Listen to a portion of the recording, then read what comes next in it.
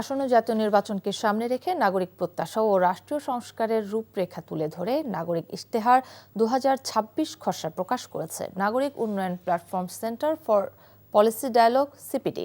সকালে রাজধানীর চিনমৈত্রী সম্মেলন কেন্দ্রে আয়োজিত অনুষ্ঠানে ইশতেহারটি আনুষ্ঠানিকভাবে প্রকাশ করা হয়।